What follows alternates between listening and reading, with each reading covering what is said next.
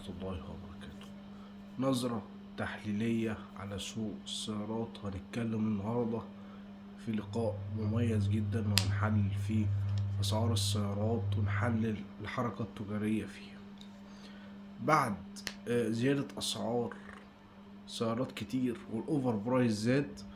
وعلى فكرة الزيادة في الأسعار العربيات الزيرو ناتجة من أول حاجة عدم استقرار في السوق، مفيش بيع ولا شراء كويس. تاني حاجة كل ما هتلاقي البيع والشراء أقل هتلاقي سوق تاني موازي بيشتغل. ايه هو السوق ده؟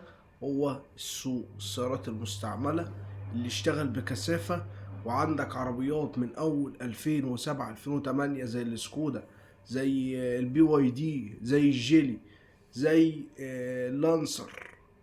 لانسر برضو مكنة مميزة وعفشتها كويسة وعربية كويسة جدا تقدر تجيبها وتستحملها. تبدأ من 350 وفي حالات ب400. انا بتكلم على اللانسر اللي هي البومة.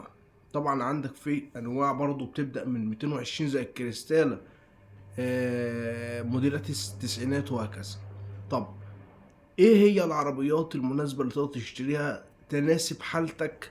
ونصيحة مني من واحد بيحللك اقتصاد، بيحللك لو انت عايز تشتري عربية تعمل ايه. هقول لك اول حاجة، لو انت معاك 400 الف جنيه ما تشتريش عربية دلوقتي، ده رقم واحد. رقم اتنين، لو معاك 500 الف ما تشتريش عربية دلوقتي. الحلول الكويسة يا تشتري عربية بالقسط، تدفع قسط قصدي مقدم قليل وقسط يناسبك ويناسب دخلك. يعني ايه؟ اي قسط هتروح تقسطه هيقول لك انت لو بتاخد 10,000 جنيه خلاص 5,000 جنيه ده راتب ليك. ال5,000 جنيه دولت هنعمل لك انظمة على نص راتبك. هي دي الحسبة بتاعت اي قسط.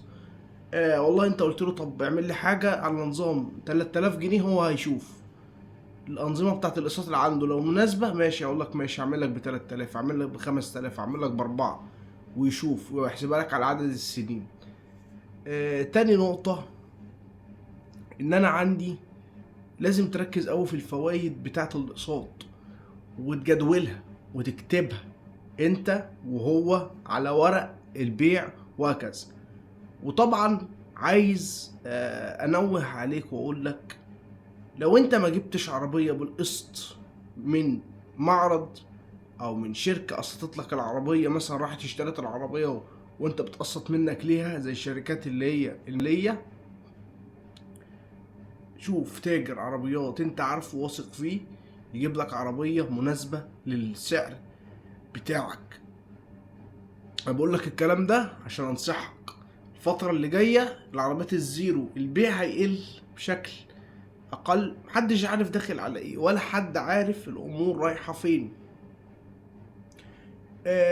في حاجات تجارية وانشطة بقى في استقرار نسبي فيها، في حاجات تانية لسه لم تحدد لها الاستقرار.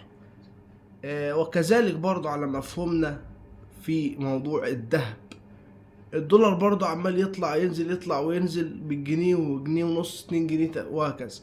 انا برضو بقول لك على الصورة الكاملة حط ده في مخيلتك. حرام ان انت تروح تجيب، برضو دي نصيحة، تروح تجيب عربية ب500 الف جنيه او 600 الف جنيه. لما تروح تشتري عربية خلي مقدار الفلوس اللي معاك كلها، خلي العربية دي مثلا تمنها يجي 10%، عشان ما تزعلش ان العربية مصروف تاني وبيت تاني انت كده فاتحه بتشتغل بتدفع فيه بتصرف فيه. الكلام ده كلام سوق، كلام ان رب الناس تفهمه وتحطه في دماغها. السلام عليكم ورحمة